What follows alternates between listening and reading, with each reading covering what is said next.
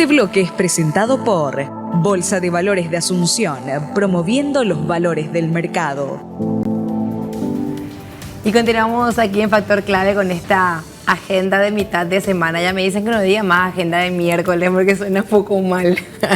Pero hoy queremos hablar también de temas macroeconómicos, no solamente de esto que ya adelantábamos de la microeconomía, del consumo y las ventas. También queremos hablar del mercado bursátil y por eso hoy quiero dar la bienvenida. Se encuentra con nosotros Fernando Gil, gerente comercial de la Bolsa de Valores de Asunción, y también Franco Rojas, es analista financiero de MF Economía e Inversiones. ¿Cómo están? Bienvenidos. Buenas tardes, Gladys. Un gusto siempre compartir contigo. Y menos mal que no dijiste tarde de miércoles porque me iba a sentir atacado. Es que me dicen así, no diga más agenda de miércoles.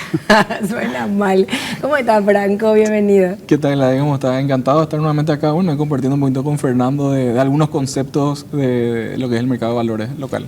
Bueno, el mercado de valores quizás para muchos de nosotros todavía es algo un poco lejano a nuestra realidad, pero no tiene por qué serlo, porque justamente hay todo un mercado por crecer en Paraguay y que hoy queremos ir aprendiendo para poder también ser parte. Y por eso es que justamente Franco nos va a dar una pequeña introducción de qué se trata este tema de lo que es el mercado primario y secundario en este sector.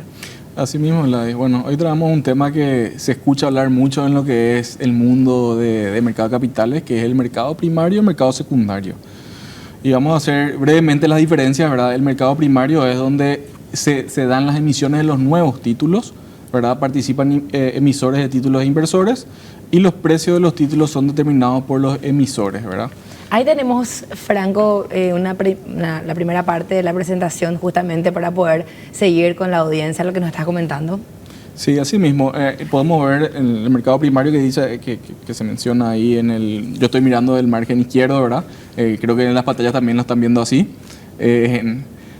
Ahí podemos ver lo que es emisor e inversor, que podemos ver abajo en los cuadritos, ¿verdad? Que es las transacciones que suceden entre el emisor y el inversor. Eso es el mercado primario. Es cuando se va a una empresa, vamos a hablar de un bono, ¿verdad? Que es lo que siempre solemos hablar, y el mercado local también utiliza mucho ese instrumento, el mercado de deuda. Es cuando, por ejemplo, una empresa se va a emitir un bono y los inversores compran. Esa operación se da en el mercado primario. Por otro lado tenemos el mercado secundario. El mercado secundario básicamente es el mercado de reventa de los títulos vigentes, ¿verdad? Las negociaciones pueden darse con los inversores dentro del mercado bursátil o extra bursátil, y los precios se determinan por oferta y demanda de los títulos de circulación. Ahí hay varias, vale la redundancia, variables, ¿verdad? Que determinan el precio de un título, ya sea una acción o un bono, ¿verdad? Y estas transacciones se dan entre inversores, ¿verdad? Ya es un título, o sea, el dinero que en realidad, si uno va a comprar un bono, ese dinero del bono, ¿verdad? Que uno está pagando por ese papel, no va a la empresa que emitió, va a otro inversor que tiene la tenencia de ese valor, ¿verdad? Que hoy en día está queriendo desprenderse, ya sea por un motivo de que quiere tomar la liquidez, ¿verdad? O por alguna otra cuestión. Bueno, para la gente que no está familiarizada con los conceptos de emisor y de inversor, para poder ser un emisor, uno dónde tiene que estar registrado, cómo hace la empresa, la persona física o jurídica que quiera emitir, no sé si una persona física puede emitir, paréntesis, no solamente una empresa, cómo hace la empresa. Y el inversor también tiene que estar anotado en algún lado para poder comprar esos bonos o instrumentos. Ok, ahí explicamos un poco cuáles son los procesos para registrar cada uno de estos actores, que hablamos de emisores, hablamos de inversores. El emisor puede ser una SAE o una SAECA, es decir, una empresa, se le denomina SAE a todas las que emiten solamente bonos, significa Sociedad Anónima Emisora, y la SAECA es la Sociedad Anónima Emisora de Capital Abierto. Se sigue llamando anónimas. Sí, correcto. Ya no somos anónimas. Claro, en realidad es la figura jurídica de la sociedad anónima como constitución de persona jurídica, pero se le pone el título de SAECA como emisora de capital abierto, que aparte de emitir bonos, puede abrir su capital, es decir, emitir también acciones. Okay. En este sentido, la empresa, para registrarse como SAE o como SAECA, el primer paso es tiene que estar contemplado obviamente dentro de su estatuto de composición de la empresa, que pueda abrir capital, que pueda hacerlo, es decir, que tenga permiso básicamente, e iniciar el proceso de registro en la Comisión Nacional de Valores. Una vez que esté autorizado por la Comisión Nacional de Valores, ahí directamente se inicia el registro en la Bolsa de Valores para posteriormente o emitir sus bonos, en caso de tener la voluntad de emitir títulos de deuda, o emitir sus acciones en caso de que quiera emitir un porcentaje del capital. Los inversores, a diferencia de los emisores, se registran y abren cuentas directamente en las casas de bolsa. Las casas de bolsa son las encargadas de hacer un proceso, obviamente, de evaluación de lo que es el perfil de riesgo de cada una de las personas. Ahí sí pueden ser personas físicas o jurídicas. Habíamos hablado en ocasiones anteriores de que se pueden comprar un bono desde 1 millón de guaraníes, así que es algo súper accesible. No necesariamente tiene que ser una gran empresa con una gran cantidad de fondos la que pueda invertir en el mercado de capitales. Sí o sí tiene que pasar por una casa de bolsa. Sí o sí tiene que pasar por No una puede casa irse de bolsa. directo a comprar el bono. No, correcto. No puede transaccionar directamente en la bolsa de valores sin pasar por una casa de bolsa. Muy bien. Continuamos entonces con esta presentación. Sí, un poco antes de pasar a la siguiente diapositiva, Gladys, me gustaría comentar un punto muy importante del mercado secundario, ¿verdad? Que es, el mercado secundario le da la posibilidad a los inversores de vender el papel o el título, en este caso el bono que estamos hablando, antes del vencimiento. Es decir, yo me puedo comprar hoy un bono que venza dentro de 10 años, pero a los 2 años yo me quiero deshacer o quiero hacer liquidoso. En el mercado secundario yo puedo venderlo, encontrar otro inversionista que está dispuesto a comprarme y de esa manera puedo hacerme del efectivo, por decirlo de una manera. Y es prácticamente 100% seguro de que alguien va a querer comprar mi bono o la inversión que hice, que quizás fue para mayor plazo, pero bueno, necesité liquidez. Alguien Claro. sí o sí va a querer. Bueno, y justamente es uno de los puntos que siempre destacamos cuando hablamos, entiendo que en términos a veces técnicos para la gente, pero cuando nosotros decimos la profundidad del mercado, la profundidad se refiere básicamente a la cantidad de voluntad de compra de esos títulos que ya están en el mercado.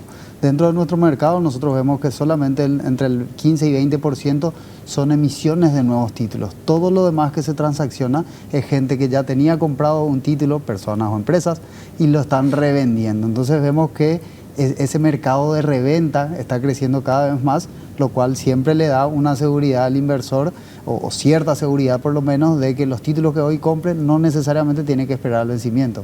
Hablábamos, en su momento utilizábamos mucho el ejemplo de que esto es como el mercado de automóviles. Yo puedo comprar un automóvil 0 kilómetros, pero no necesariamente tengo que usar ese auto durante los años de vida que tengo. Directamente puedo vender en el mercado secundario a otra persona ese mismo vehículo, y eso es el mercado secundario de los títulos. Muy bien, vamos a continuar entonces. Bueno, en la segunda diapositiva, Gladys, lo que traemos un poquito es los volúmenes negociados por mercado, ¿verdad? Acá tenemos lo que es el mercado primario, secundario y derivado. Derivado, como podemos ver, es un mercado bastante nuevo y todavía es incipiente en el mercado local, bueno, pero es un mercado que existe. Tenemos el primario y secundario, como bien mencionaba también Fernando, ¿verdad? El primario es el 20% básicamente del volumen total negociado, y el 80% estamos hablando del secundario, que es esa transacción entre inversionistas. Ya por fin nos aprendimos primario y secundario y trajiste un tercero. Sí, complicamos un poquito las cosas, pero es para ir como A ver, yo aprendiendo. veo una pequeña línea allí fucsia arriba en el año 2022 y quizás en el 2023 también. No, Sí. 2023 no veo casi. Sí, es bastante ¿Y pequeño. qué significa derivados? Los derivados, ahí tomo la respuesta al desafío de Gladys. Los derivados son instrumentos bursátiles cuyo valor en realidad, voy a usar un término súper técnico, derivan de un subyacente diferente, es decir, reflejan en realidad el valor de otro activo. En este caso lo que nosotros tenemos disponibles son los derivados de dólar futuro, es decir, uno puede comprar un dólar hoy de acá a 6 meses. Entonces, hoy en día es un instrumento que se podría utilizar mucho como cobertura contra un tipo de cambio. Es decir, yo por ejemplo soy una empresa importadora o exportadora y voy a necesitar hacer pagos o recibir pagos dentro de unos meses. Si yo no me quiero exponer a no saber cuál va a ser el tipo de cambio dentro de 6 meses, compro lo que se llaman contratos de dólares futuros. Básicamente lo que digo es, yo pacto hoy que en, pongamos, junio del año que viene voy a comprar o voy a vender tanta cantidad de dólares a, y doy un número hipotético, 7.500 guaraníes. Entonces, Lo que hago es asegurarme que en ese momento voy a comprar o voy a vender, depende de mi necesidad, 7.500 guaraníes, y otra persona, por de pronto, que capaz tiene la misma necesidad de cobertura, puede tomar ese mismo contrato y, ok, yo te voy a o comprar o vender a ese precio, entonces aseguramos hoy el precio. Dólar fue tu ejemplo nada más. Hay otros No, productos solamente también, otros dólares rubros, tenemos- solamente dólares. Solamente dólares tenemos habilitados. Pero en otros países, por ejemplo, hay commodities, hay Correcto. En otros Sí. países es lo que dólar, se pueda comprar a futuro. Exactamente. Soja, granos, hay de Ahí- todo. Más o menos entendimos. Más o menos. Pues- Más o menos, pero vamos a ir profundizando. Para que tengan cuenta, Gladys, un poquito de el ecosistema, lo que es el mercado de capital, existen futuros de queso y eso a nivel mundial. O sea, de todo se puede hacer futuro y de todo se puede hacer derivados. O sea, Guau. hay un amplio espectro de ¿Cómo hará todo eso. Argentina? Y hoy en día, bueno, ellos utilizan muchísimo los derivados, ¿verdad? Utilizan muchísimo para hacer Para cobertura. tratar de salvaguardar la Sí. depresa, que no ser Sí. víctima de la depreciación. Sí, tienen la cobertura, lo utilizan, ¿verdad? Pero también hay bueno, algunas cuestiones del marco regulatorio que también ata un poquito la cobertura que puedan llegar a tener las empresas, ¿verdad? Pero también la utilizan. Muy interesante. Entonces, estas tres figuras, mercado primario, secundario y también derivados. ¿Qué más tenemos en nuestro mercado el mercado bursátil en Paraguay? Bueno, esos son los tres mercados que hoy podemos mencionar a nivel local, ¿verdad? En esta última diapositiva podemos hablar de la participación por instrumento en cada uno de los mercados, ¿verdad? Como creo que anteriormente ya mencionamos, ¿verdad?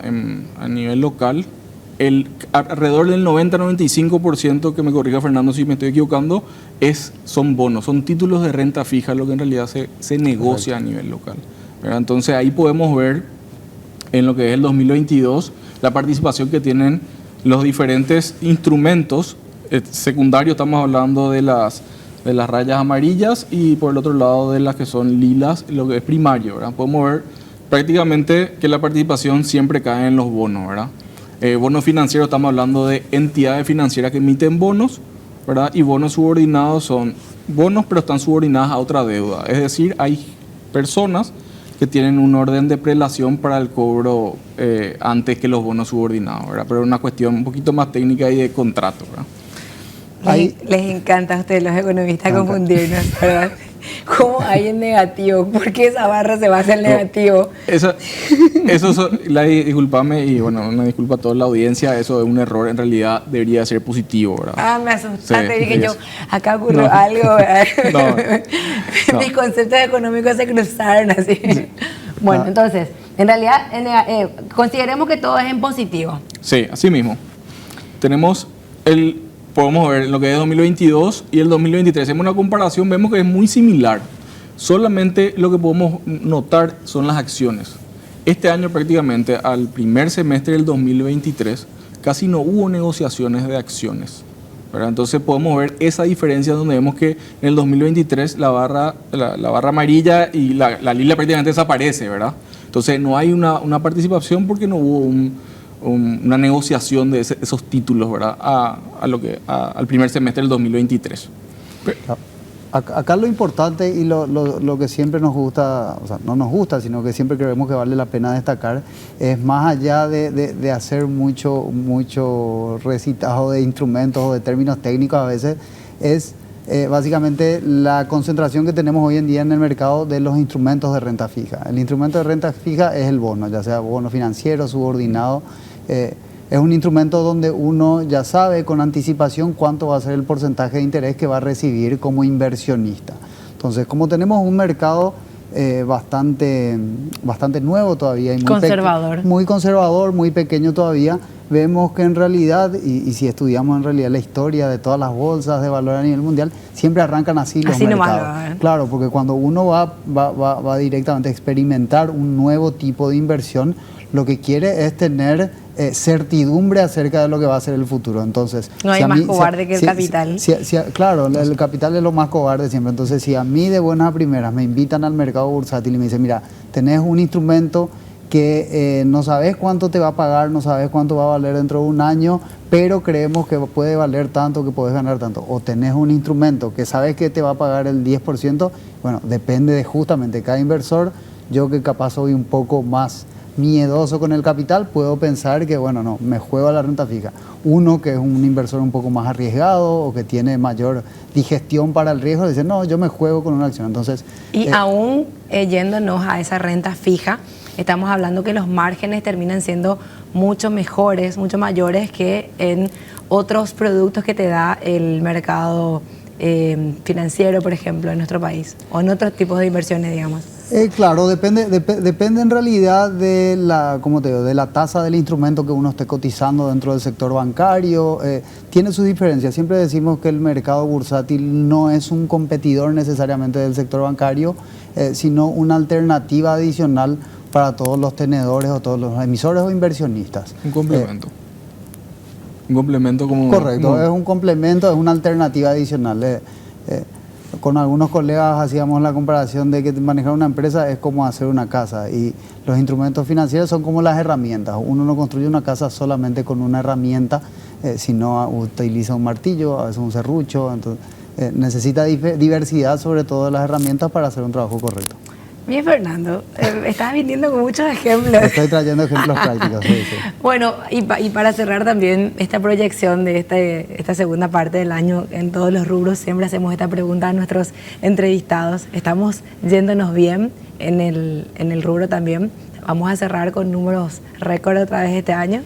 De hecho, estamos apuntando a que este año logremos superar lo que había sido el récord de volumen de negociación del año 2021.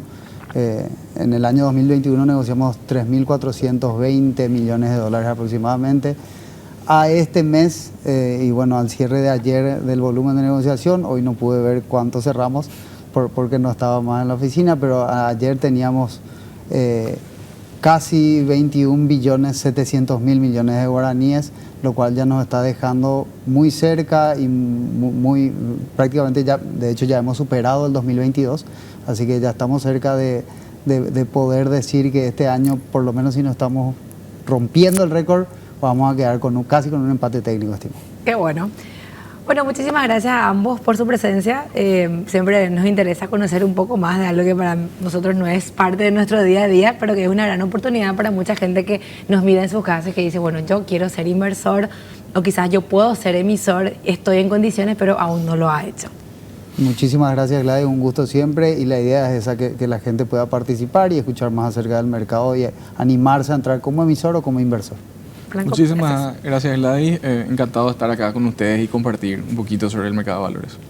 Muy bien, nosotros tenemos que seguir con esta agenda de Factor Clave también, 17:34. A la vuelta seguimos con mucho más.